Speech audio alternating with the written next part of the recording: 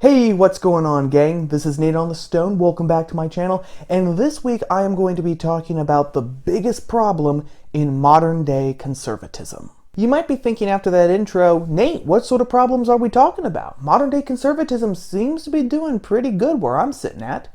And you do have a point. Modern day conservatism still stands against big government. It still stands for free speech, the right to bear arms, lower taxes, and individual liberties, all of which are very good things. But here's the problem. Today, all of those things, as good as they are insufficient. They're like a piece of foil over glass. It looks shiny and it looks nice, but there's nothing underneath them. This was really hammered into my head a few weeks ago when I saw an Instagram story posted by Kathy Zhu. Zhu is one of the new conservative commentators, leaders, and influencers, along with Steven Crowder, Lauren Chen, and Allie Beth Stuckey. She campaigned for Trump down in Florida in the 2016 election, but her big national debut came this past summer when the Miss America pageant rescinded her Miss Michigan crown after the pageant discovered conservative opinions that Zhu had posted on her social media accounts, making her instantly a new champion for free speech as well as a new conservative heartthrob. This past Labor Day weekend, she posted some pictures of herself at a Labor Day Pride Festival on her Instagram story. Pictures which then prompted her to post this story. So that I'm not accused of cherry picking, here is the whole story that she posted. Alright guys, I lost over 800 followers today for posting a picture advocating for people to love who they love. Wow, that is so bad. No guys, it's 2019. Being conservative doesn't mean you have to be straight, you don't have to be Christian, you don't have to be white. Come on, are you serious? What is conservatism? Conservatism means you advocate for individual liberties, advocating for freedom of religion, freedom of speech, pursuit of happiness, justice.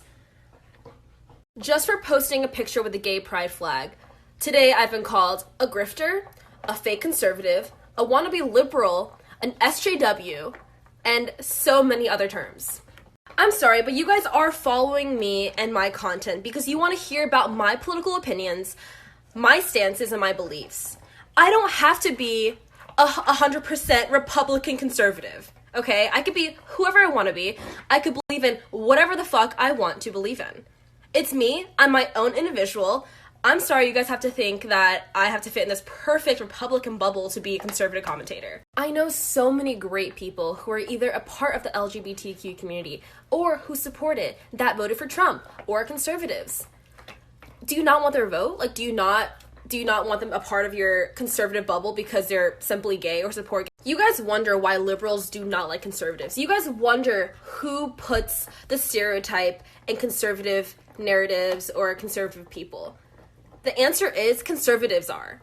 You guys, or I should say us because I'm part of this group, is that we are literally making stereotypes for ourselves because we choose to be so ignorant and so close-minded off to new ideas. I know that after posting these videos on my Instagram stories, so many people are going to be like, oh my god, Kathy went crazy, Kathy went full SJW, Kathy's such a liberal. Okay, who cares? I feel like I have the social and moral obligation to show my followers, because I do have a following, I could influence people, and I get that. And I have a lot of liberal followers who are trying to understand what conservatives actually mean when they, whatever they stand for and stuff. And I want to make sure to tell them, like, hey, not all conservatives are bigots, not all conservatives are close-minded traditionalists, and that we are the new generation of conservatives. We don't have to be, this set Republican, 100% Republican person. Like, I definitely have some moderate or liberal views, but I lean mostly conservative because my morals align there. Doesn't mean that I have to support 100% all Republican things. Anyway, thank you so much for coming to my TED Talk. I really appreciate the time you took to listen to me, and I hope you got something out of this. Stay strong, guys. And there is the big, glaring problem in modern-day conservatism. Its inability or unwillingness to have a serious and, dare I say it, philosophical discussion. Let me parse out what I mean here. Zhu repeats a lot of what modern conservatives say conservatism stands for, like she does here. Straight, you don't have to be Christian, you don't have to be white. Come on, are you serious? What is conservatism? Conservatism means you advocate for individual liberties, advocating for freedom of religion, freedom of speech, pursuit of happiness, justice. Which is all well and good, but what do these things actually mean? Take justice. Justice has been classically, we might even say traditionally, defined as giving to another what is owed to him by his actions. This in turn means that we have to be able to know what is right and wrong, because if we don't know what's right and wrong, good and evil, we won't know if a particular action merits reward or punishment. In other words, we won't be able to deliver justice to an individual. But how do we determine what is right and what is wrong? Are there some actions that are just intrinsically moral and therefore deserve reward, and other actions that are intrinsically immoral and deserve punishment? Or does everything depend on time and circumstances? The same is true of happiness. Is happiness just whatever gives an individual pleasure, meaning that happiness is going to mean different things depending on who you ask? Or is there a standard to happiness? Will certain things, actions, and habits make people happy just because they're people, much like how a tummy rub just makes a dog happy because he is a dog? These questions just take us further down the rabbit hole. Is making someone happy what determines whether something is right and wrong? Does that mean that if what makes a person happy changes, what is right and wrong, what is just and unjust also change?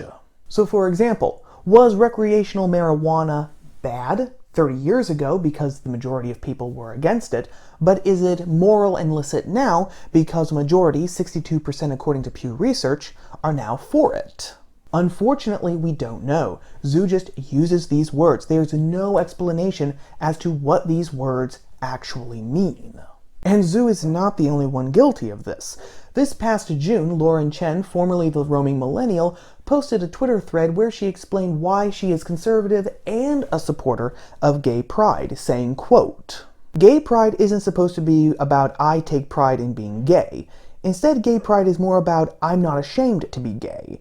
It's about saying, here's this part of me that a lot of people don't like, but it's who I am and I'm not hiding it," unquote. The Twitter user, the Renegade of the Funk, answered her tweet by saying, quote, "Conservatives defending Gay Pride Month now. Further evidence of my point about culture wars. Conservatism is an ideology built on ever-shifting sands. It can conserve nothing."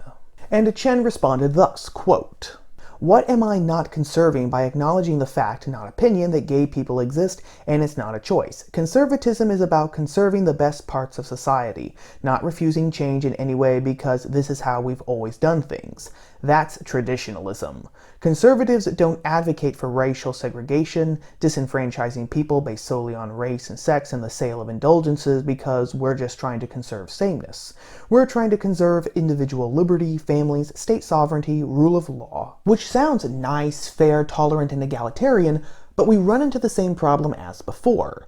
Take the big thing that really stood out to me when I read these tweets back in June: family. Until about 5 seconds ago, family was understood to be made up of a man, a woman, and their children. Now, though, of course, the idea of family has ballooned. Now it can mean a man and a woman. It can mean two men. It can mean two women. People are now starting to argue that the idea of family should include incestuous relationships and polyamorous arrangements. Heck, now self-marriage and marrying trees are becoming a thing. So, what exactly is the family that we're supposed to be conserving? Or are we just supposed to conserve everything that passes itself off as a family? All of these things, justice, happiness, the family, all eventually and essentially boil down to what you think a human person is. If a person has a specific universal nature, a transcendent philosophical principle that makes him what he is, then it follows from that a person has a specific end, something towards which he should be striving because of what he is. This is a very contentious point today, but think of something like the glass again, except this time without the tinfoil. Because a glass is a glass, its end is to hold liquid, and when it can't do that anymore, that's when we say that the glass is broken. A hammer, because of the fact that it is a hammer, is made to drive in and pull out nails. The end of an ear, because of its nature, is to capture sound waves. In this framework, Actions and habits that coincide with our nature will make us genuinely happy. Actions and habits that contradict our nature are wrong, and in certain specific settings should be punished as a matter of justice. This is why in his Nicomachean Ethics, Aristotle says that happiness comes from right action in accordance with our human nature. And this is true of families too. If men and women have an actual, real human nature, then the division of the sexes between men and women is also real. Men and women are real, tangible realities. They're not just social constructs. And that means that the sexual complementarity that is baked into our bodies is real and is there for a specific end as well. And from that it follows that marriage and family have specific natures and specific ends, which will determine what it looks like and who cannot participate in it. But if there is no universal human nature, if nominalism is the only game in town, or if there actually is a human nature but ends don't necessarily fit into the equation, then everything changes. Now, things like justice, happiness, sex, marriage, family, they're all up for grabs. There's no broad rule to define them. Which also means that now we have to go back and actually determine what those things actually are. But which vision is correct? Or if they're both wrong, what is correct? This is the conversation that the modern right refuses to have. Not to say that the right is monolithic, because it's not, but there is no debate between the different players with different ideas and different views as to what actually is the truth. A few months back, Allie Beth Stuckey had Lauren Chen on her podcast Relatable, and one of the topics that came up was the topic of the sexualization of children. And during their discussion, Chen said this. Politically, we're not exactly aligned on every single issue, but I think in terms of how we view the importance of marriage and family and raising our kids, we are 100% on the same page. Which is kind of an understatement when you realize that Chen has no problems with gay marriage or gay families, while Allie Beth Stuckey actually holds to the biblical definition of marriage and family. One man, one woman, and their kids. These two ideas are contradictory because they rely on contradictory ideas of the human person. But instead of actually debating the point, the contradiction was just allowed to slide. Oh, it gets better. But this isn't surprising in an environment where you can become a titan of the conservative movement and not even believe in objective truth.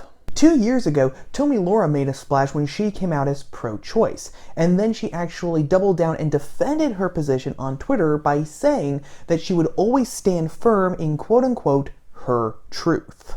Except that if there is such a thing as my truth, your truth, his truth, Annie M's truth, then the political and cultural wars that we're fighting don't mean jack. You cannot logically or objectively get upset with Trump when he calls Ukraine because Trump is just standing in his truth. Conversely, you can't get upset when Colin Kaepernick kneels for the national anthem and the Pledge of Allegiance because he's just standing in his truth. If my truth and your truth replaces the truth, then what we're really just fighting for is our own personal preferences, and we're fighting to make our personal preferences the national standard. Having said all of that, there are three main reasons, I think, why this is the sitch that we're in. First, the right has a big tent mentality. It's the classic, the enemy of my enemy is my friend. Because that's the only way that we can win! Kathy Zhu came right out and said this in her story. I know so many great people who are either a part of the LGBTQ community or who support it, that voted for Trump or conservatives.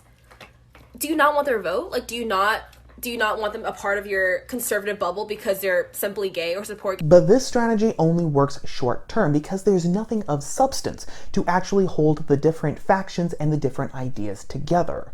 When the Bolsheviks took over Russia, they actually faced stiff opposition at first from the White Russians. Now, the White Russians were a conglomerate of different factions. You had czarists, monarchists, democrats, anarchists, fascists, and they all hated each other, but they hated the Bolsheviks even more. At least at first. After only a few years, the whites were actually infighting so much that the reds were able to pick them off one by one. Or if you prefer an American example, just remember what Abraham Lincoln said. A house divided against itself cannot stand. A second reason, people don't really want to solve the problem. The modern right is very good at owning the left. There are tons of videos here on YouTube of Charlie Kirk, Candace Owens, Ben Shapiro, Steven Crowder owning some sort of socialist college student or loony leftist. I saw this firsthand at the 2018 political debate between Charlie Kirk and Hassan Piker. Though in hindsight, debate would be a generous way of describing it, since the object of the debate was not really to argue or to persuade, but was basically a shouting match designed to throw red meat to their respective fan bases. But for all of the owning that the right does, very little actually changes on the cultural level. In fact, the culture continues to slide to the left.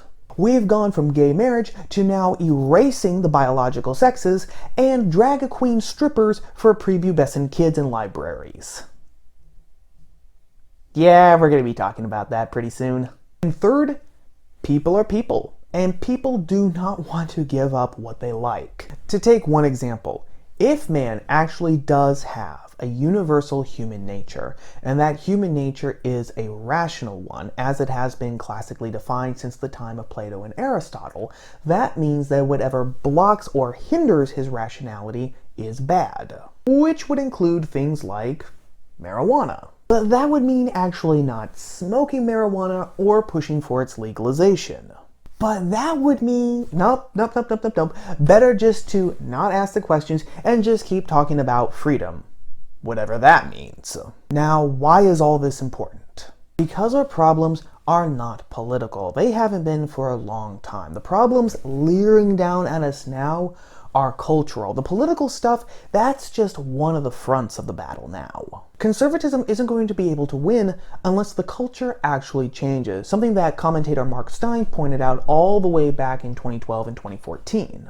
But in order to actually substantially change the culture, you can't just keep throwing out platitudes about freedom and individualism and throw out a reference to God or the Bible or the Founding Fathers every once in a while to please the folks back home. To change the culture, you have to have a solid idea of what the human person is, so that you can have a clear idea of what a just society looks like, what human flourishing looks like, what happiness and justice and freedom all look like.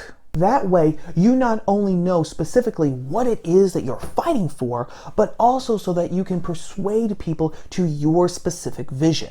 If you don't, all the owning, all the conferences, all the campaigns aren't going to be worth a wooden nickel. But what say you? What are some of the problems that you see in modern conservatism today? As always, let me know your thoughts, ideas, and opinions down in the comments section below. Well, that about wraps up everything for right now, gang. As always, if you liked the video, whether you agreed with me or not, then don't forget to show your support by giving it a like, sharing it on social media, leaving it a comment, and if you really like videos about the culture, politics, and religion, but from a different POV, then don't forget to subscribe and ring the bell for notifications so that you'll always know when I post new videos like this every Tuesday. As always, thank you for watching, for giving me a bit of your day. Thank you to everyone who has subscribed to the channel. And I will see you all again here next week, gang, on top of the stone. Ciao.